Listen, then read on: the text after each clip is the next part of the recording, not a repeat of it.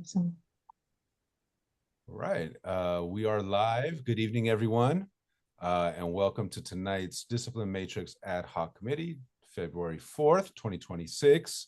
Um, Given the gap in calendar dates, we haven't met in quite some time, and so we've been pretty busy um, with case management conferences, several other committees that we've been working on, and so we're just going to regroup, reground ourselves tonight on some past evidence and some work that we had left off on last meeting. And thank you, Captain, for reminding us that we're going to be trying to finish up the category of termination as a third offense and finish up that group of MOR violations and looking at those. And then from that point on, be able to move forward with the less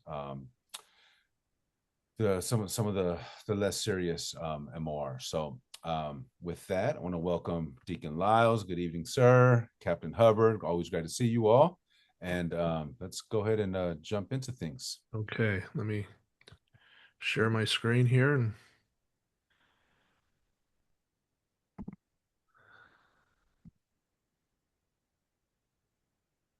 all right. All right.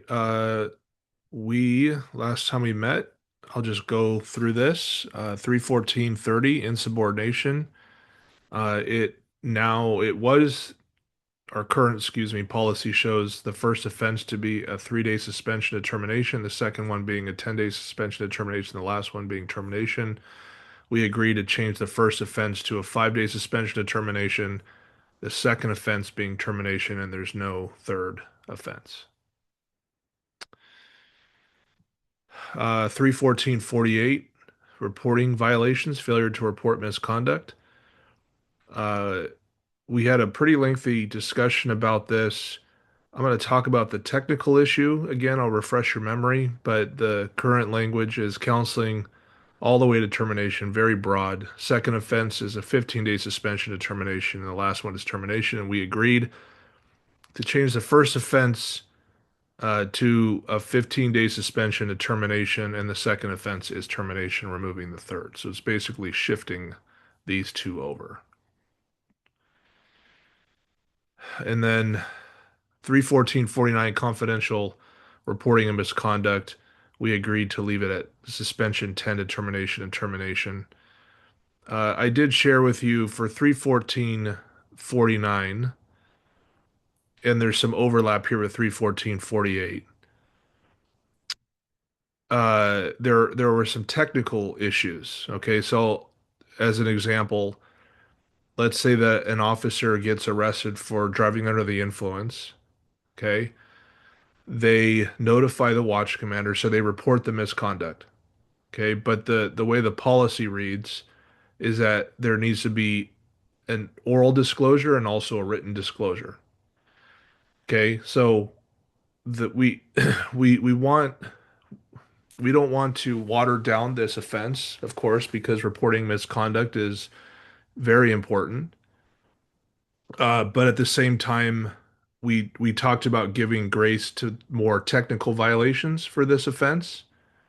So I don't know if it's appropriate to put it in the manual of rules, but if writing a policy or something in the training documents, this is what I propose. So this would create a new section, technical reporting violations under 31449. This section applies when a member has timely reported misconduct as required, but failed to fully comply with documentation requirements. A technical reporting violation occurs when timely oral notification was made to a supervisor, commander, or internal affairs within the required time frame. The substance of the misconduct was communicated and understood, but the member failed to complete the required written documentation, or the written documentation was incomplete or submitted after the 72-hour deadline. This section does not apply when the member failed to report the misconduct at all. The member deliberately concealed information. The member reported some but intentionally omitted other misconduct. So, for example, officer reports DUI arrest orally to the watch commander immediately, but submits written report 48 hours later, not 24. Officer reports witnessing use of force violation orally within 24 hours, but written documentation is incomplete, like let's say missing witness names. Officer calls internal affairs about arrests, but email documentation is submitted 36 hours later instead of 24. So that's an example. Could I raise some issues? Yes, please. Okay, the last thing you said, it seems to me another bullet could be in made, or maybe you combine it to one of the first three, or the officer intentionally delays reporting to circumvent the due process. Intentionally delays on purpose. Just I ain't gonna do it. Yeah, and or so, or or it's unreasonable. No reasonable excuse yeah, for it. yeah. Um, How you doing, I'm Marcia? good, Rich. Yeah, yeah. That's it. That's what I'm aiming at. Just Yeah. no, just no reason other than the fact that they want to delay the process because it gives them some kind of advantage or whatever. So how best to write that? That's what I'm intending here. And then the next point I'm asking Captain Hubbard before we include it, what he thinks about this part. That if, let's say, you and I were captains and one of my um, persons reported some of this, would you think it would be expedient if there was a requirement in the order that the captain receiving the information has to write a paragraph on this date? Officer Smith called me, told me he was involved in a collision where he hit a young girl. He doesn't know her name, etc. And then that is submitted to the case so that later on, I never called. You Mhm. know, I never called. I never said that to him. Or um, when they finally do submit something, is something different than what he said to the commanding officer. Right. The example you gave is would be what's called an M4.1 notification because it's a criminal notification, and yes, it would be something that is written in an email, memorialized in an email, and pretty much how you said it is pretty perfect on what we would write in there. We do run into some challenges though on accuracy because remember we're not questioning the officer to violate their criminal Right. rights now. So it's a summary of what they said to us, which I, yes can be all, yeah. all I want is the receiving officer to write down what he thought he heard. Mhm. And he doesn't have to be the prosecutor in this case, but I just want to make sure that it was reported and it was reported a certain way. And if we have an order already that establishes that, then we ought to, in this particular document that's written, ought to refer to that. Does that make sense? It does, yes. Let me see.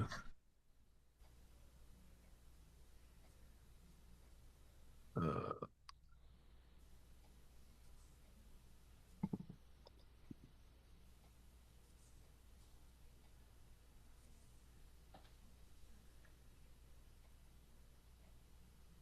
okay. Yeah, I'll yeah, there's two policies actually. Yeah. But yeah, yeah, I like that. And it ought to be something in there. You got DOJ M4 one and I guess they're explain themselves quite well, but in this particular document, it ought to have something that said the the commanding officer receiving this um, information must comply with DOJ DGO M 04.1 and or M 03, so we know specifically who is responsible. And do we need a timeline with that, or does that a timeline is covered in these other MOs? It's covered. We Okay. addressed it before, and we put it so reporting misconduct is 24 hours. Okay. If one is arrested, there's a 72-hour window there because we assume they won't be bailed out in that time. It's actually rare that that would happen, being that the arresting agency would call us, but still. So yeah, it's 24 or 72 under unusual circumstances. As long as we know that the member receiving the allegation has to follow those two orders.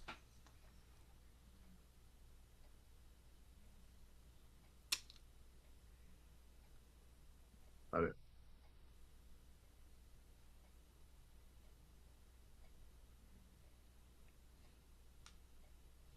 Okay, Thank you. great. All right, any other questions on these sections?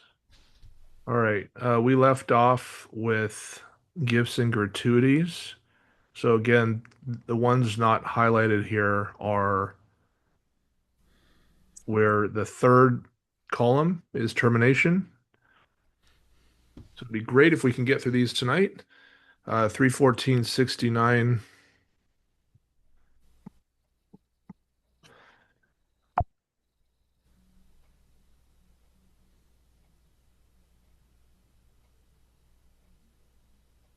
Get to this section here.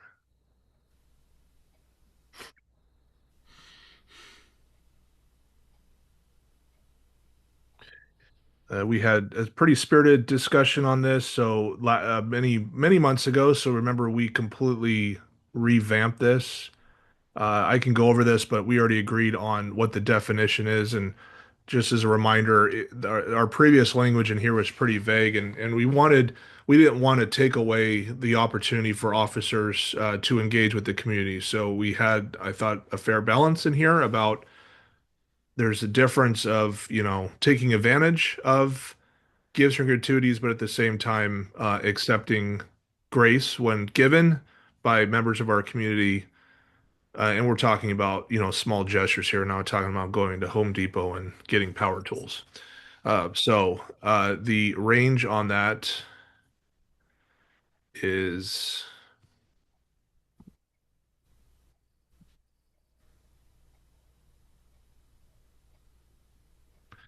the first offense is counseling all the way to training. The second offense is a 10-day suspension of termination, and the final offense is termination for gifts, gratuities, soliciting, or accepting. Any thoughts on that? Again, I don't know if I've ever seen one sustained for this. I'm sure there was, but well before my time in internal affairs.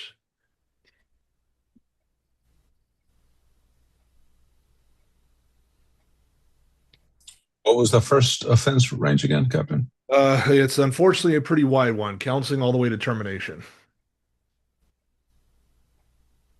I know we don't like those. Yeah, but in this, I mean, I can see a young officer not knowing if somebody said, "Hey, officer, hey, have a cup of coffee." You at a restaurant and something like that. Hey, we don't do that here, so that's counseling. Don't do that. If I can see that. Mhm.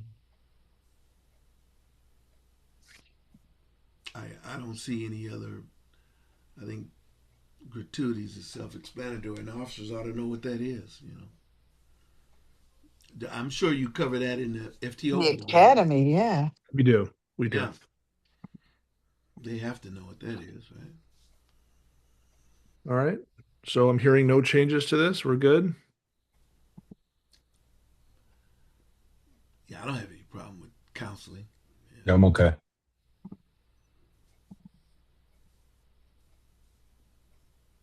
Great. Okay. The next one, transactions 31472. What is that?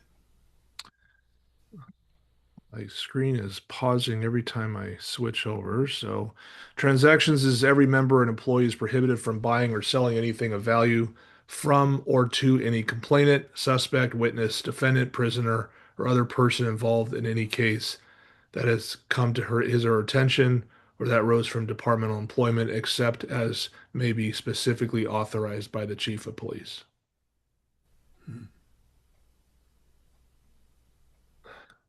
So, for example, um, I mean, this is probably borderline criminal, but I stop someone, have tow their car for sideshow, and I agree to buy it instead of having it Yeah. towed or something like that. Yeah, just having some type of transaction. Or you go to someone's house on a 415F, and then on your way out you see a for sale sign on the on a vehicle, and then you come back the next day and want to buy it. Is that would that be under transaction? I would say yes because it was involved in any case that has come to his or her attention that rose Right. from Department of Employment. Yeah. Now, let's say you are driving on duty and you're not called to their home for any reason, but you see something advertised, um, car for sale, for example, and then you come back off duty and say, "I'd like to buy the car." Yeah. Is that also transaction? I would say no because the keyword here is involved in any case. So as long as Okay. there's no case involvement there, Okay.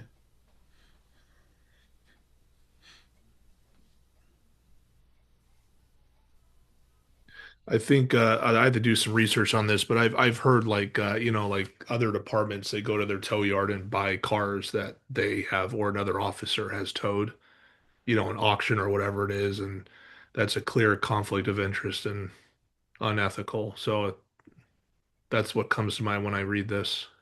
We had a famous case in the Bay Area with a brand new Porsche, and Joe Rudy was a left fielder for the Oakland A's, and he ended up with a brand new Porsche that was he got at an auction at very cheap price, and Herb Cain or somebody who was a writer for the Chronicle heard the story and put it in his column. Of course, Joe Rudy had to return the car and the whole thing.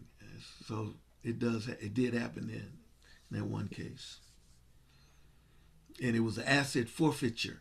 The Porsche, Yeah. that's what it was. It's a asset forfeiture Porsche.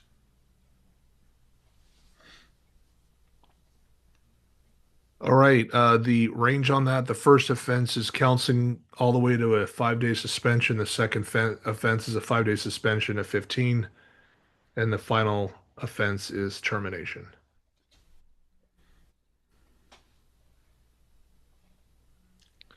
Again, I can't think of any recent cases where this has come up to where I would challenge this, so I have nothing really to share here.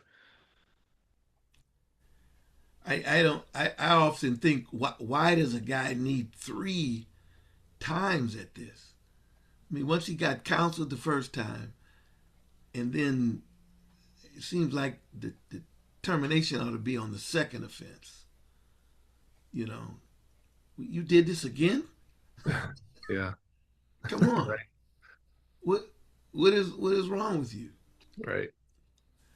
So I don't mind someone getting counseled or something like this, but the second offense, jeez.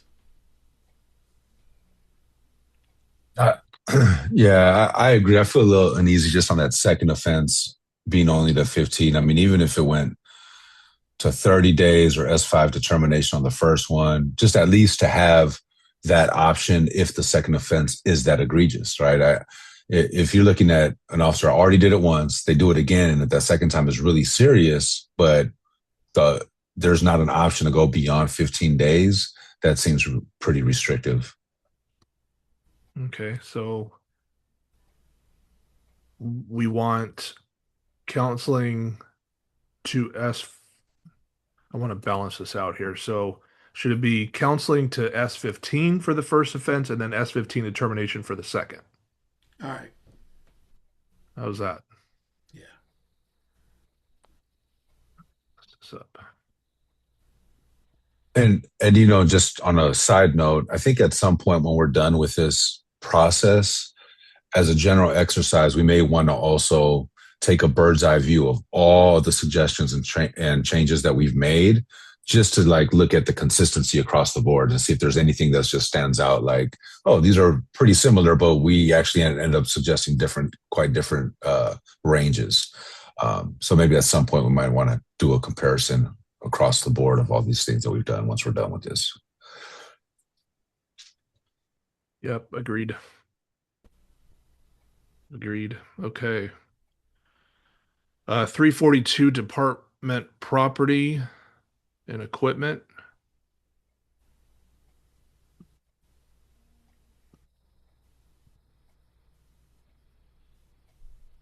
Yeah, we didn't have any changes for this one.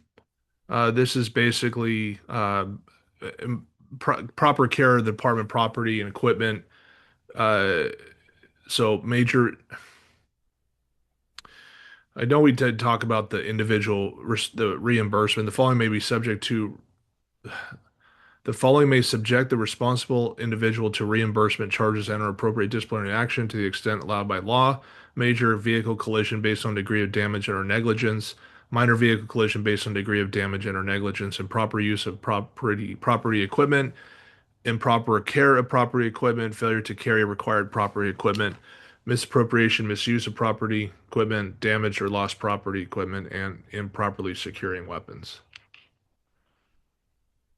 We typically see this for vehicle collisions, uh, things that are we label them as preventable or non-preventable.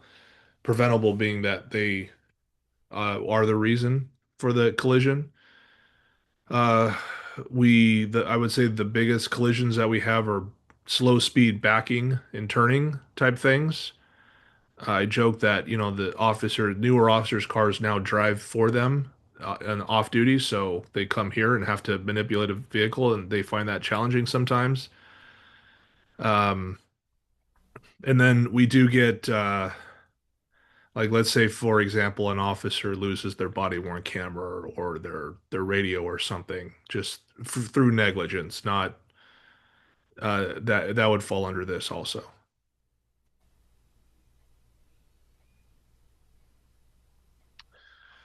So that range is suspension suspension 3 to termination. And I do have to kind of, I guess, loop these all in together. They have different subset sections here, so we're going to look at all these. That might be a little bit challenging this evening, but let's see how far we get. Yeah, there's a lot here. You know, Yeah. I hear you when you say, driving, fender benders with a car and all of that stuff. Yeah, these things happen. If you're driving every day, you're gonna hit something. After so many years driving in a car, it's just bound to happen.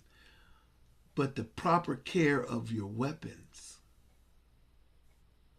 do you think that should be parsed out? Because I think that's dramatically different than these other property equipment. Um, Improperly secured your weapon. You don't get three chances at that, right? Or should that stand Yes. alone? We do have it down here. We can talk about the range here. So, securing weapons, Yeah. counseling to set suspension 3. Okay.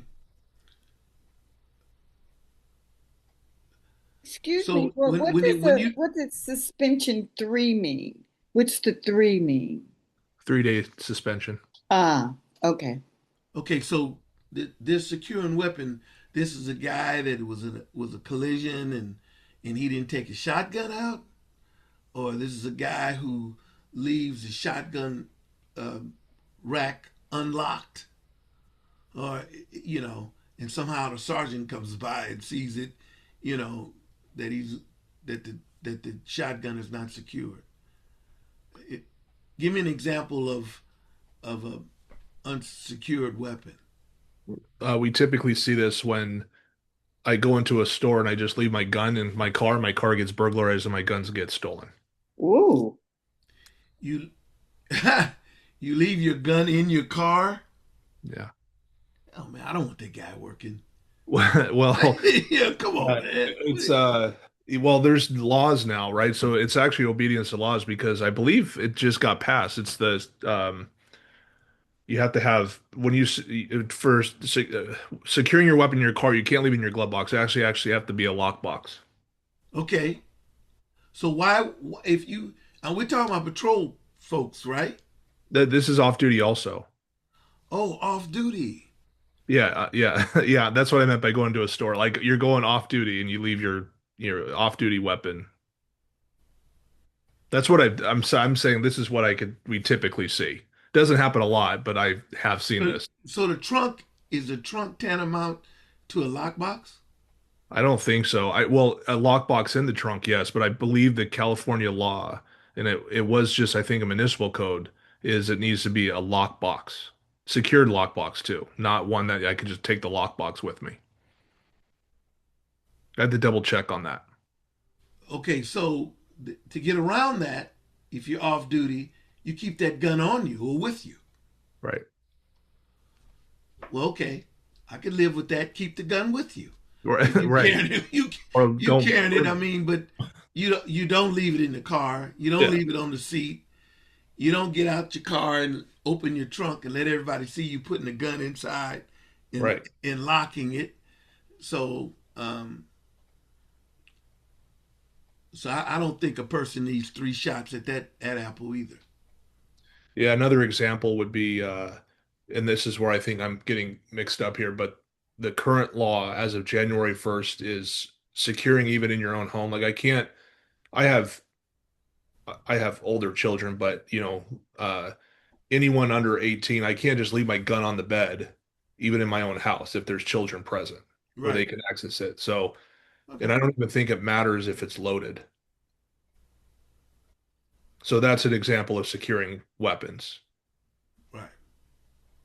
Well, I got a gun locker, and so I put things in the gun locker, and you know, so that makes sense at home. But if I'm riding around and I'm armed, I want you to keep the gun with you. So I think they ought not have three shots at that, especially if the state of California has passed a law Yeah. prohibiting non-secured weapons. All right, so let's start with that then. So we have securing weapons. Let me just take a photo of it so I can put it in my notes here. So the way it's written here is that they can do this three times and still be working there. Yeah. So what do we want to say then? For the first offense, I'm curious as to how other people think about this. I don't want to be the only one doing the talking. I mean, well, how do you feel about it? well, if I can say that 10 people might get fired for this, then I would maybe push back, but I just don't. I mean, I get in my time in IA a couple of these. Um, And they only have one time, right? yes, I have never You don't, seen you this. don't get repeat issues. Well, I No. don't think they ought to get. I think sending a message like letting them know that they have three incidences is a bad message to send. So I think they're terminated after the second time they do it. All right, I guess Yeah, I tend to agree with that too. Just because that level of negligence is really serious when it comes to handling a gun, and it reminds me of actually there was that famous case in San Francisco, I believe, like in the pier or something, where a mentally ill person broke in, shot it, and ended up killing somebody with the officer's gun. I don't know if you remember that. It was like a federal officer or yeah. something like that. Yeah. Mhm. Yeah, we've had it where they take it to their gym, right? And then, they change to their gym clothes. This is a outside of OPD gym. The locker gets burglarized at the gym and then the gun gets taken. We've had that. Wow.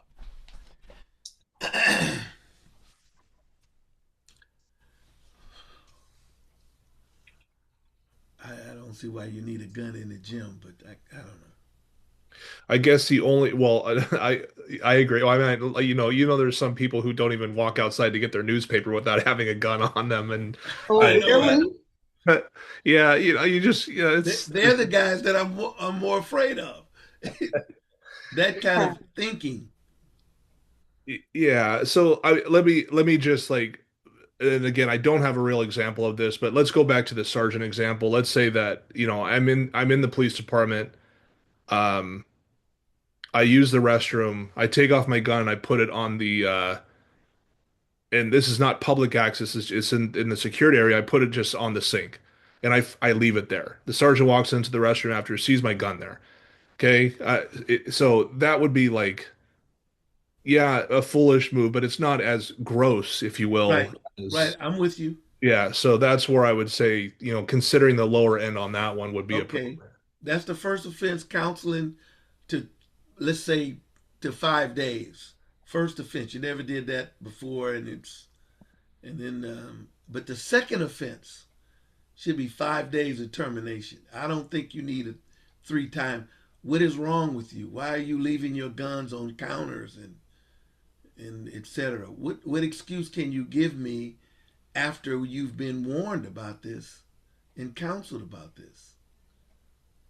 Right. I understand. Yep. And I don't think you get a lot of cases. Like you just said, you don't get a lot of cases. So obviously, officers are adhering to it.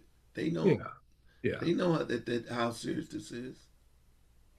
So I don't think you need a third offense at this.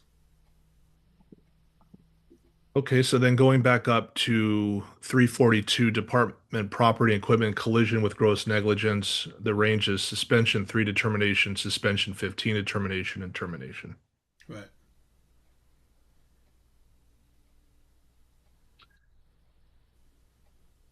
How do we feel about that range? That's good. Okay. Then one similar but without gross negligence is a preventable collision. So you have counseling all the way to suspension 3, a written reprimand to suspension 3, and suspension 3 to suspension 30.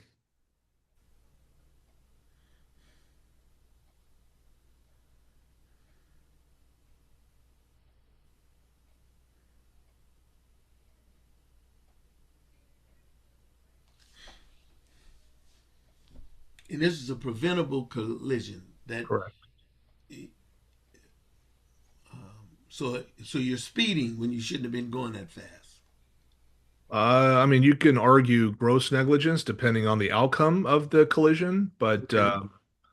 the simple ones but yeah, sure. Let's just say speed for conditions. I'm driving too fast in the rain and I sideswipe a guardrail or something. Yeah. Not major damage, but obviously preventable. That would be example. Uh, Backing into fire hydrants, poles. See that a lot. Okay. I don't have a problem with it. Okay.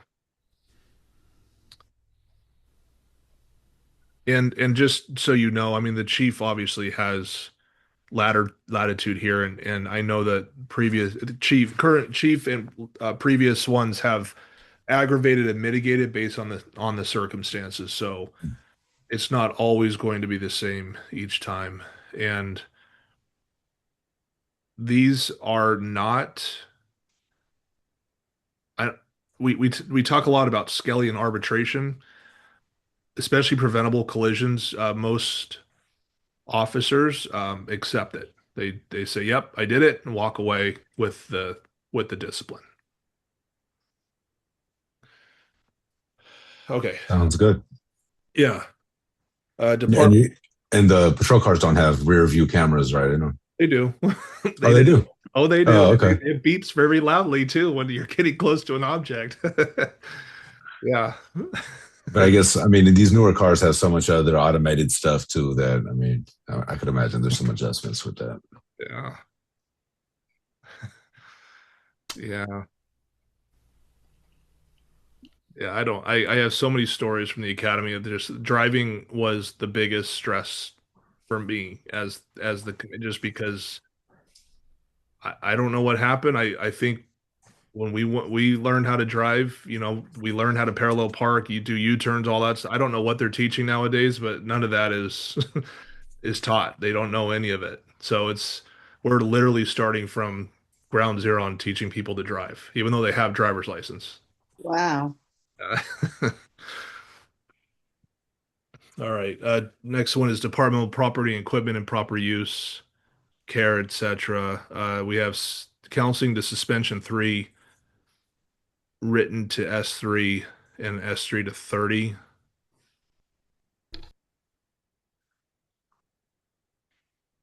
We used to see this a lot with body worn cameras. The Axon has a much better system now of keeping these secured to one's uniform, and we're not talking about like you get into a fight with someone and then it dislodges. I mean, I had a case one time where the guy literally snatched it off of the officer's uniform and threw it on the roof.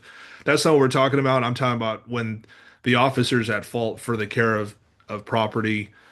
Uh, it carries the same weight as you see here with collisions.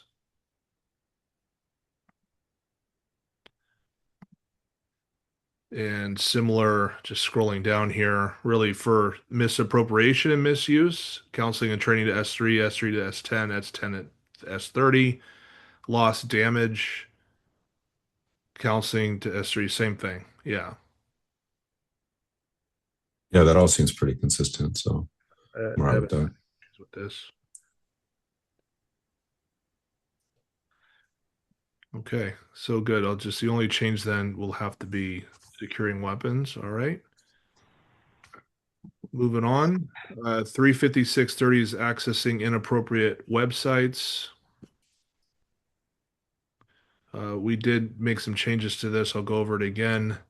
This is accessing, viewing, downloading, providing, sharing inappropriate material. Members and employees shall not utilize any electronic communication device while on duty to the extent that such usage adversely affects their performance or productivity or interferes with their safety or the safety of others. Personal electronic entertainment devices, smartphones, tablets, streaming, or gaming systems should not be used while on duty without prior approval of a supervisor or commanding officer. Department issued telephones and electronic devices shall only be used for regional and material purposes related to official business. When an investigator conducts searches on social media or other electronic platforms, these searches must be regional material to the investigation and documented in the investigator's report or case investigative notes. Music streaming services may only be utilized in city vehicles while on duty without headphones. Personnel are permitted to monitor major newsworthy events, training, traffic monitoring, and other work-related material. That carries. So officers on duty can be streaming music while on duty? Uh, I mean, they're listening to music. Shouldn't they be listening to the radio? I know some officers do it for a person who is actually in their vehicle to give them some comfort. So there's those examples. Yeah, I mean I can't listen to music because I get too distracted, but there's some who just like to have soft music in the background of their vehicle as long as it's not interfering. Okay. Yeah.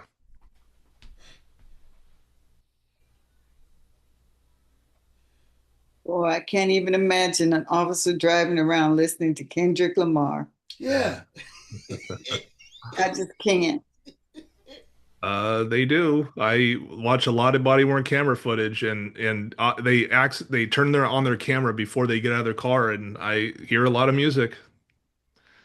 Yeah. Or heavy rock or heavy metal.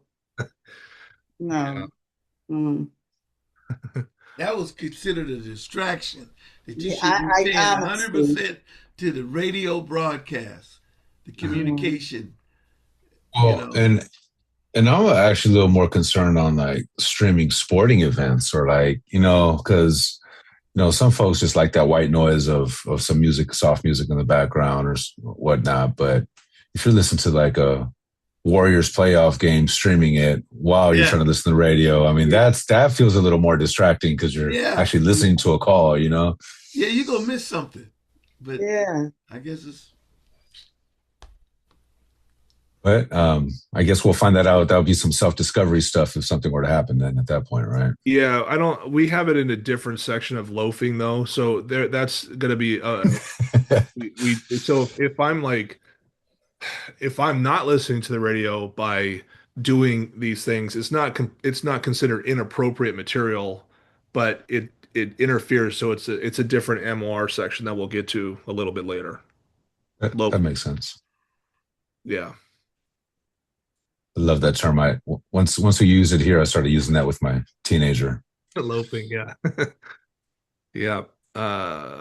Okay, so this one actually surprisingly carries pretty heavy weight here. So the first offense is a suspension 3 determination. The second one is S5 determination. The final one is termination. Hmm.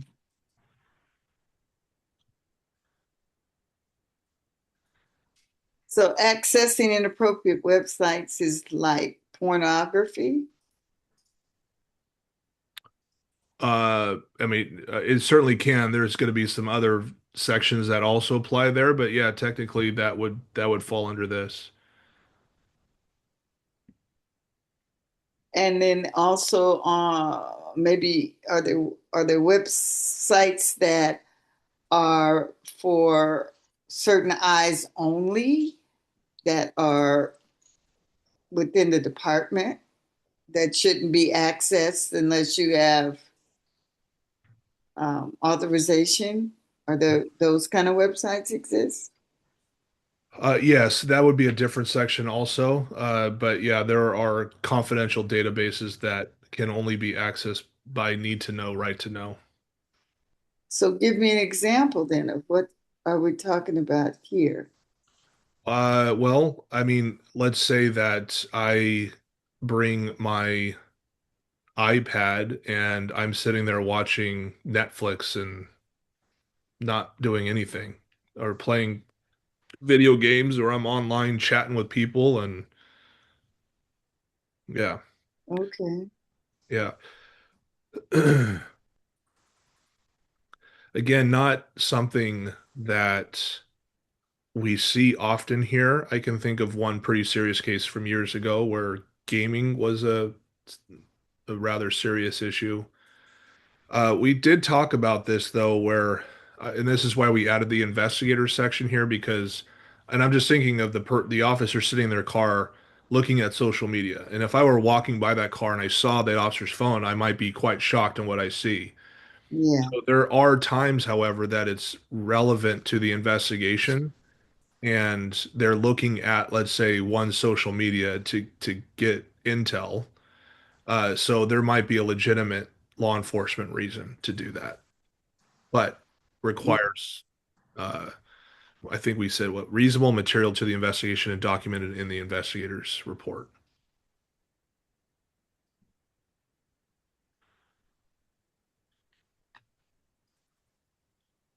So how do we feel about this range? S3 determination, S5 determination, termination? It's progressive. Yeah.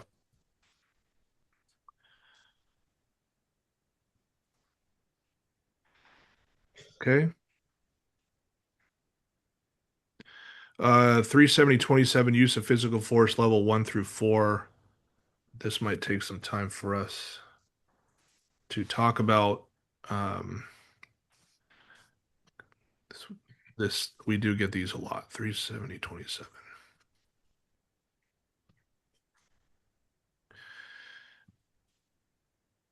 Yeah, okay. So we did spend a lot of time talking about this already.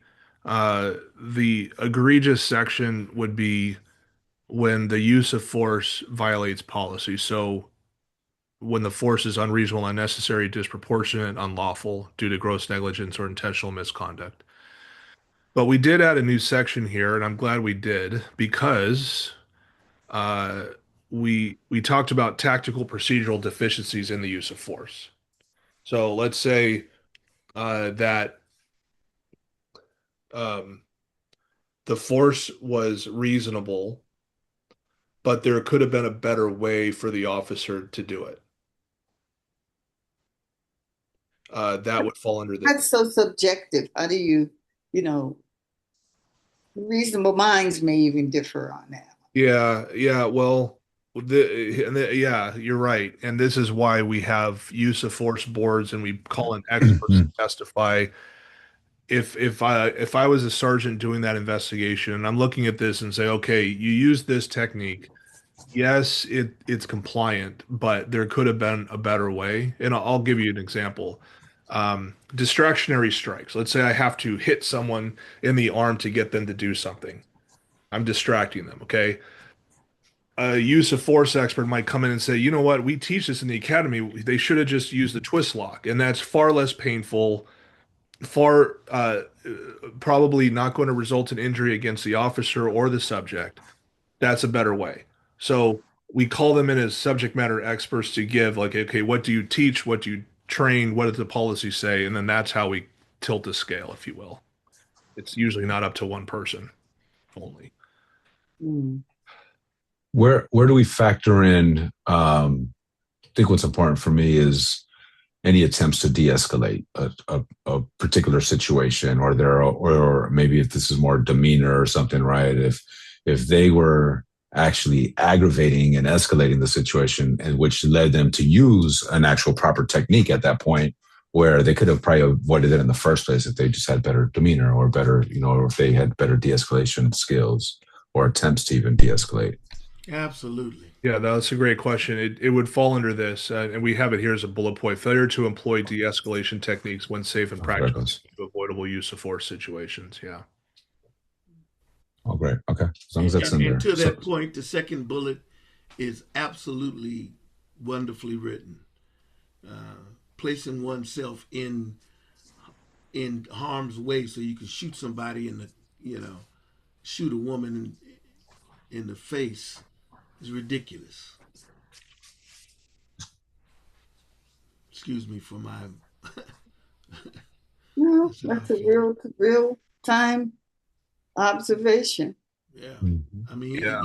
that we just got to get away from that. You don't have to put yourself in harm's way, then justify using deadly force. And Yeah. getting out the way is not retreating. It's not running away. It's a tactical retreat, which is appropriate, which is wise and de-escalating. Yeah. I mean, that example, I would probably argue that's the more severe section. I would not use a Sure. cause to, but yeah, we agree. And an example that we typically see, an officer, instead of waiting for, let's say, a cover officer before engaging someone where force was used, just lower end force, level four, let's say, just physical prowess, they do it by themselves. Like that would be an example of like tactically, procedurally, that was not wise, and the class two section would be applicable.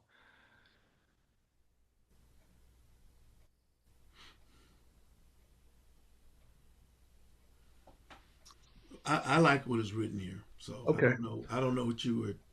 What did you want us to All look right, at? well, we got to talk about the discipline range. That's the that's the biggest. Um, so we've had problems with this, and then we have to create a class two section. So for the class one section, it has counseling all the way to termination, suspension three to termination, and termination. Now, and I know the chair here, we've seen this many times together. During the discipline committee, this is what they're faced with. They have a counseling all the way to termination. So let's just say that the officer shouldn't have used their taser. Okay. We, the Oakland Police Department, we find them out of compliance. Okay. That's not the issue. Out of compliance, they should not have used their taser. And let's say there's no injury, nothing drastic, just you shouldn't have used your taser. We're likely going to disagree on the discipline. And this is what goes to the commission, the discipline committee. So they unfortunately are in a position where they have this broad range of counseling all the way to termination to determine for the first offense. Aren't they some explanation given to the commissioners, like where it says, look, um, this is a broad range in this particular situation, but let's look specifically at this incident. And a taser was used, but there's no physical damage. Person didn't go to the hospital, didn't did threaten the person. There's a weight disparity between the officer and the victim, where the suspect, where the suspect is twice the size of this, let's say, female officer. So she used the taser, Mhm. and you know, somebody complained. So I think that's mitigating, where you could say counseling. Now, if it's someone who um, tased someone, and they end up having a heart attack and dying, I'm not giving them counseling. Yeah. I don't know if I'm terminating them, but if they acted outside of the scope of the green writing that you had before, I don't know if they deserve counseling. You know, and so that broad range gives the commissioners latitude to figure that out. When you go to these sessions, don't how do these sessions work? Aren't they someone helping them explain the difference between the disciplines? Yes, and it's there's disagreement, non-concurrence with the CPRA, and we basically make our argument. So OPD starts, let's say, and we'll say why we believe this is reasonable. CPRA will, and so first the determination is whether the officer should be sustained. Then we come back and discuss discipline. Now, our current process for discipline, and this is not codified in policy, and we had a meeting today where we need to, is we start at the mid-range. So we want to remove subjectivity out of it by saying, all right, chief, you have this broad range, counsel. We actually start in the middle. So for counseling all the way to termination, the mid-range is about 15 days. And then we aggravate and mitigate from there. But it becomes very challenging with that very broad range.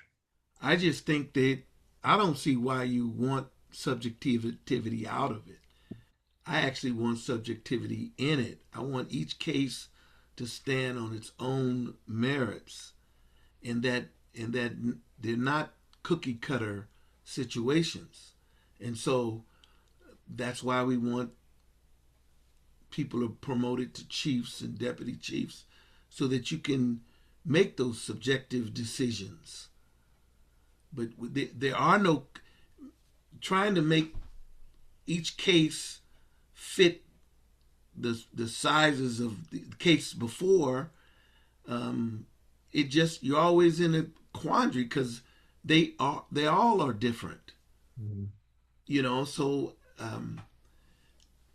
But they do discuss the previous cases so that in terms of it's precedent, right? precedent. Yes. Yeah, but I don't know, and no offense, I'm sorry, I don't mean to be mean to anyone, but I don't know if OPD's precedent is what I trust, because that's why we're here today, because their precedent has been so horrible. We Well, want the to, good news is in those sessions. We do have the city attorney's office, and they're supposed to keep us on track about what is, what isn't, what has, what hasn't. yeah, We've seen some things. I yeah. know the But two if cases. someone says, well, we've been doing this since 1995, well, there's the problem. Yeah, I think Yeah, no, I agree with that. Oakland Police yeah. Department cannot use their precedent as something saying they have stellar behavior. We're trying to change behavior here.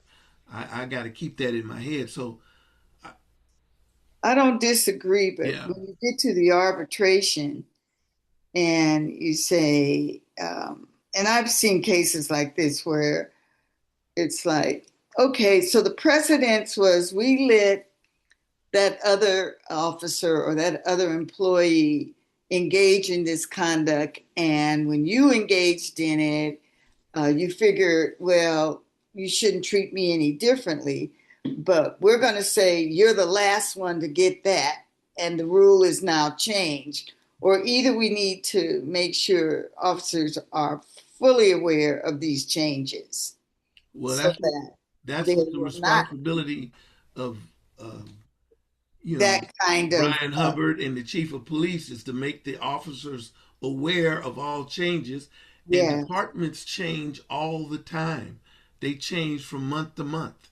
And so we've been in the NSA for 20 something, 23 years. So, you know, yes, somebody got away with this 15 years ago. We're Yeah, not doing it like this anymore. correct. And so I don't care about the precedent. What I care about is that I think people rely on precedent because they don't want to make hard decisions.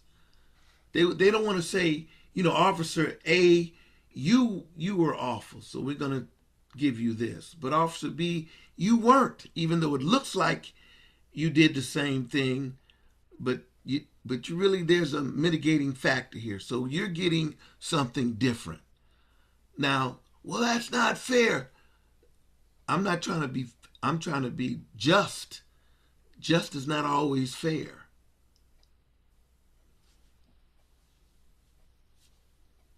Well, and it's add to, I think the question I have, I mean, the broad range makes it hard when the practice is starting from the middle and then taking it from there. But I'm trying to figure out is what's the hard question about it. more, well, is the question is more the practice of where we start versus the range itself? Because I appreciate the larger range because of like the example that you gave, Deacon, around a woman cop having to use a taser on somebody that's a lot bigger, but even though it wasn't, it maybe wasn't in policy, it was understandable, right? It wasn't as egregious, Sure. let's say, right? But in that scenario, if the practice is starting from the middle, then you have no, and if it's the first offense and they don't have anything in their record before that, you're still starting at 15 days, which that's what makes it hard is, or right. Cause well, what would be the middle of counseling and termination? About 16 days. 16 days then, right? So yes, you're starting from there. And that's still, I guess what we're trying to figure out from discussions from that other meeting earlier, Captain, is agreeing on the process of and how we use the range itself, right? And not necessarily like right now, if I see counseling training, I think the range is fine because it could be all kinds of variations in that first offense, from something very simple to something very egregious. But it's more the policy and the practice that we're going to start instituting of how we start. And sometimes it's in the middle, sometimes it's not, right? And even starting in the middle could be argued that that's not quite the progressive discipline, because in that scenario where it wasn't that egregious, maybe the first offense, and no history of those same MOR violations, starting at 15 days does seem pretty severe for that. So it's about, and I think that's where the disagreement with CIPRA comes in, because you all are both basically using different roadmaps, or there's a subjectivity on each of those offices and they're kind of arguing each of those cases, right? And then when it comes to us, by the time it comes to us, there still isn't a roadmap. And that's a third kind of subjective practice, right? So I think I don't really mind the range so much. I think what's important is how we all agree on how we use the range. Okay. Yeah, that's very helpful. Yeah. I agree with that. I just think that, you know, it seems to me that they want to avoid objectivity. So they trying to rely on the easy way out. What is precedent? What did he get? What did they get? No, let's look at the merits of the case. Let's look at the merits of the case and let's make a decision here. But And that's why you have the long range, right? Of a low level of discipline to a higher level within each range. Yes, and I think that especially in this physical force, when you got 4 different levels, see, which brings about another thing question I had in mind. Maybe we ought to have level 1 and then first offense, second offense, third offense. Level 2, first offense, second offense, third offense, and not try to put all of them together. Where we're really talking about this is a level 4 activity. I'm not comparing it to a level 1 behavior. Now, if this is a level 1 behavior of counseling determination, okay. But if it's level 4, you beat somebody and they're in the hospital now, and you know, in intensive care, they might die, that kind of thing, and that's different than a level 1. It's the other way, but yeah, level 1's more severe. But you got it. I understand. I got it backwards. Yeah, it's all I'm good. sorry. Yeah, it's all You good. understand what I'm saying, though, right? Yeah, I do. Yeah, we got it. Maybe we ought to parse those 1, 2, 3, and 4 and look at that and make sure we know. Look, the activity here is level 4, and so therefore, let's go through the discipline for level 4 behavior, and not try to put them all together and then try to compare them. Then the slick lawyer comes in and says, well, my officer got the same thing, blah, blah, blah. Yeah, but his was a level 1. This is a level 4. Yeah. Okay. So we need to be able to differentiate between each level. Is it? I think so, Yeah. Marcia. I think. Yeah. I think you shoot somebody, you send somebody to the hospital, you put yourself in harm's way and shoot him in the face, and yeah, he was gonna. I thought he was gonna hit me with a car when you should have been arrested. But we know, you're not gonna get arrested because what's in the mind of the officer at the time of the incident. That's the only thing that matters according to Scalia's Supreme Court decision. So consequently, they got this latitude to do almost anything. All right, we're not going to criminally charge you, but what you did was a level 1. You could have avoided it. You could have de-escalated it. And this is not counseling. We're not starting at counseling. We're starting at 30 days determination with you, and that's in the first offense. Okay. I'm not prepared to have an intelligent response to this just because I wanted to show you all what each level is. So if you don't mind, I'll organize this in a chart to where next time we meet, I can go through each level and then we can figure out the range from there. Exactly. Okay. Okay. Does that sound good? So I'm just going to go ahead and move on, and then I will earmark this to make sure we come back to it next time we meet. And Captain Hubbard, do you think by parsing it out that way, it actually would give a little bit more guidance and kind of narrow down the range in which, discipline is going to be based on when you guys are negotiating discipline? Yep. For sure. And the other thing to consider, and this is why objectivity is very important, is task 45 with his consistency. Yep, exactly.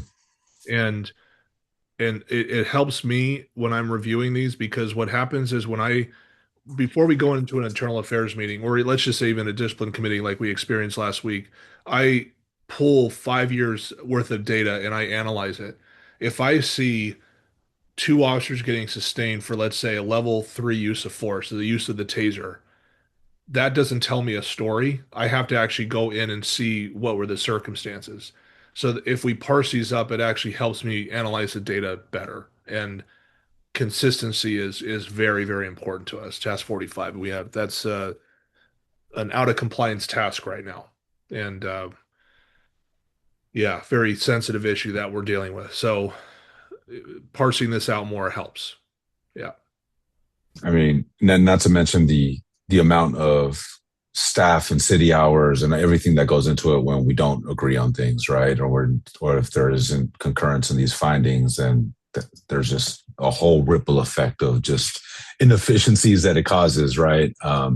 Yeah, so I definitely, would encourage us taking our time with this, because I think this part right here, especially the use of force, is something that we see the most when it comes to consistency of discipline. So yeah, looking forward to that having this conversation, then help have this also inform some of the other conversations that we're trying to have in terms of how we actually use this range.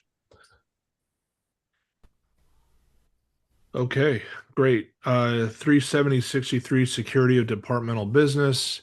We didn't have any changes to this. Members and employees shall not reveal confidential reports, records, and/or information to an unauthorized person. Questions regarding the disclosure of information shall be referred to a competent authority. And that is counseling all the way to termination, S5 determination, and termination.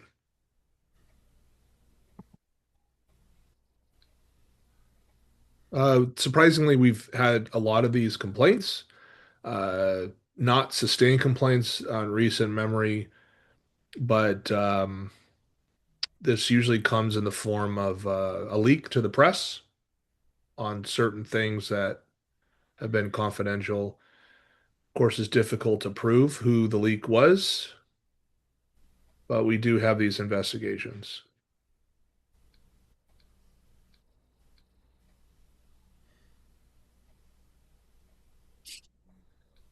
So I'm unfortunately, I don't have any examples of where the discipline ranges here created a problem for us.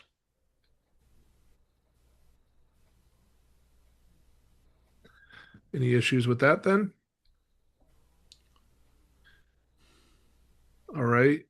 Compromising criminal cases, no changes to this. Attempt to interrupt or improperly influence the legal process, engage in any activity with the intent to interfere with the criminal investigation, charging, or prosecution of any case, or failure to refuse to cooperate with an official criminal investigation upon direction of a competent department authority. I think we might have talked about this already, because this is, I think I just missed. Did I get that right? Well, it's termination. So I think we agreed on that already. So I'm not sure how it got mixed in this batch, but we already agreed on termination. I have no issues with this one for many reasons.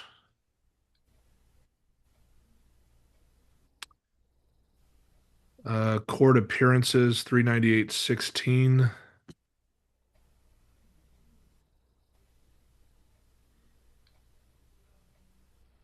Members and employees shall attend court or judicial hearings as required by subpoena or notification. When making such appearance, either the official uniform or business attire shall be worn.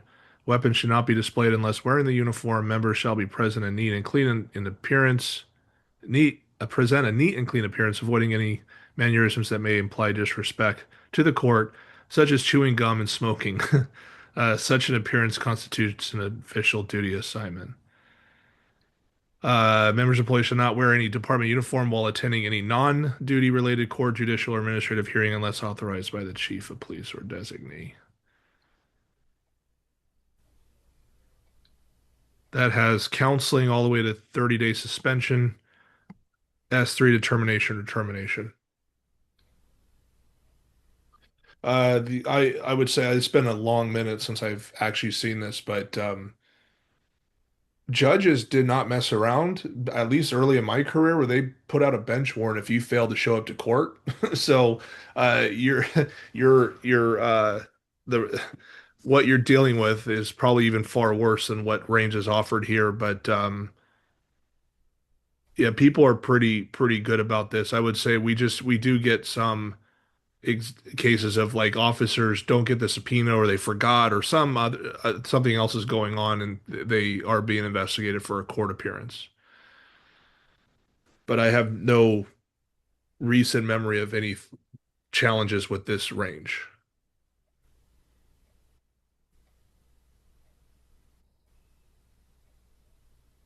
All right. Any issues? Sounds good. Okay. Sounds good. Okay.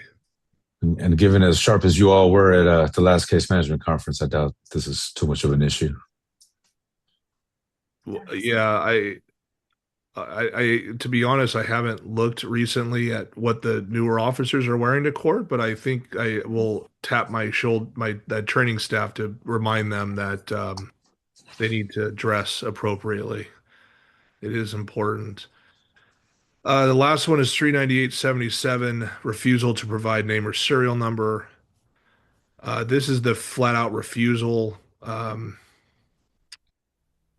We do get a lot of these complaints. Upon request, members and employees shall supply their names and serial numbers to any persons who seek such identification. I haven't had, I think in recent memory, an actual sustained violation for this, but we do get these complaints a lot. Usually they are challenged by the body worn camera clearly showing the officer providing his or her name and serial number. Uh, but anyway, the range on that is S3 determination, S30 determination, and termination.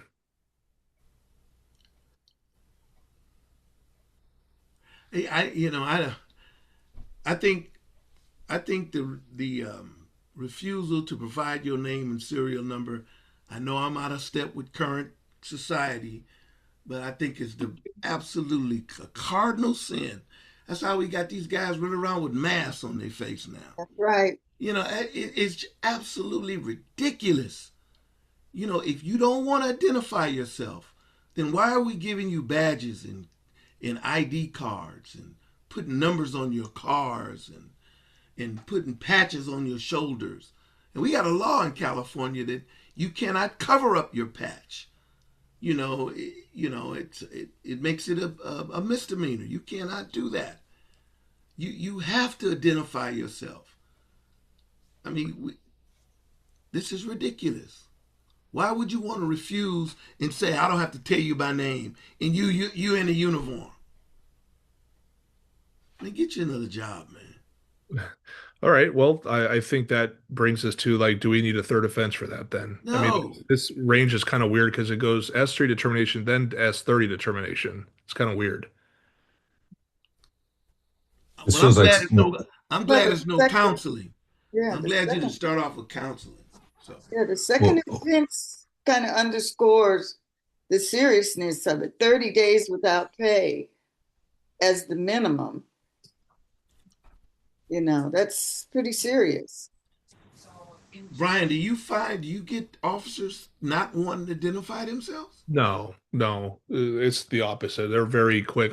There's a lot of technical issues with this. Like, for example, what's your name and badge number? It's right here. Take a look. Like, that's not what we teach or expect. Exactly. But did they provide it? So we get into little Yeah. arguments over that. No, our requirement is we actually have we write it down for them. Like, here you go. It's something very explicit and intentional. Yeah. No, we don't have issues. And you take that argument away from them. The person who's trying to give you a difficult time Yeah. out in the street. You take that from them. What's your name? Officer Smith. Here. It's my badge number L123. Here. Yeah. Okay. Let's go. Okay, so do we want to make the first offense a little bit heavier, then go right to termination for the second?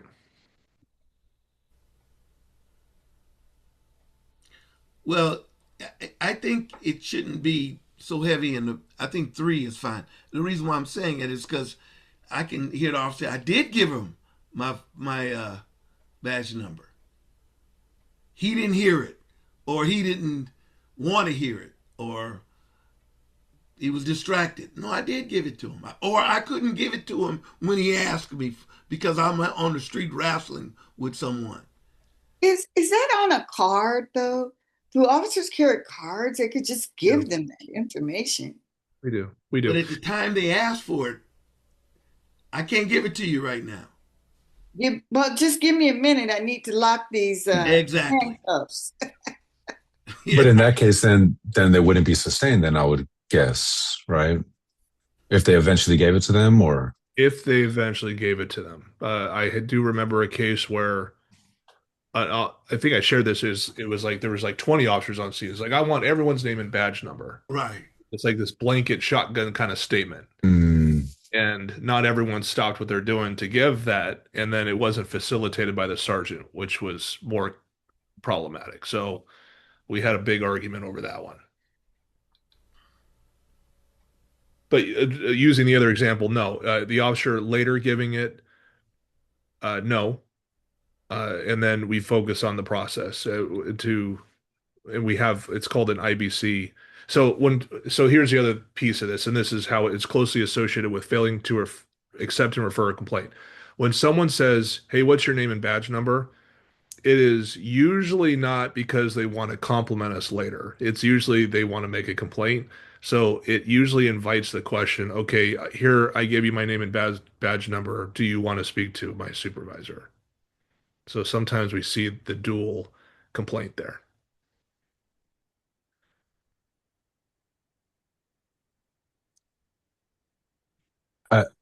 Now that you brought it up, I mean, this seems kind of silly actually, but what if somebody was like, man, you did a great job. I want to compliment you. What's your name and badge number? They're like, you know what? No, you don't need to call me out. This is just our job. This is, this is what's expected of us. Like that wouldn't technically be refusing to give them. Would they get sustained for that? I mean, under the letter of it, yes, but obviously the intent behind it is this is really one of the first manual of rules sections made under the NSA is the need to provide name and serial number for the reasons of reporting misconduct, not complimenting the officer. But I don't think the officer has the the prerogative to say, I'm discretion. I'm not going to give you, well, no matter what you want to use it for, I'm not giving it to you. Yeah. No, that's not why you got that badge and number on. The badge and number is for you to be identified. And if he want to identify you, he don't have to have a reason that meets your standard. You just have to give your name and identity and your number. That's fair. Yeah, because otherwise you're engaging in something. I mean, be proud of what you've done, and you follow through, give your name. But otherwise, running around like they're doing now with masks and no identification is so they can hide behind the devious, despicable conduct that they are engaging in. So you can't have it both ways. You really do have to stand up for what you did at that moment in that event. Right. And the discretion rests with the citizen or the person asking for your name and badge number. That's right. How they want to use it, it's their prerogative, not yours. Right. You just give it. Yeah. So how do we feel about this range? I think 3 days starting off, no counseling, that shows how serious it is. Yeah. And it backs up your intentional training saying, hey, give it to them, give them a card. Do you want to talk to my supervisor? If you don't, you see the severity of it. Right. Yeah, and I'm okay with not bumping up the first offense, keeping it at S3, especially given that the second offense starts at 30 days. So that second offense, it does kind of steeply shoot up to really capture that, hey, the second time is not okay. I think if they see that, they say this is important. Yeah, great. Okay. So my homework is to have a presentation ready to go to talk about use of force next time we meet. And then I will then create a new list of cases where termination is not in the range. It's just the lower end stuff. And I think that will wrap up this ad hoc. All right. It sounds like a plan. All right. So we'll see you guys a week after next. Yep. Okay. Yep. Sounds good. Good night. All right. Thank you, everyone. Have a wonderful night. Appreciate it. Too. Bye. Take care.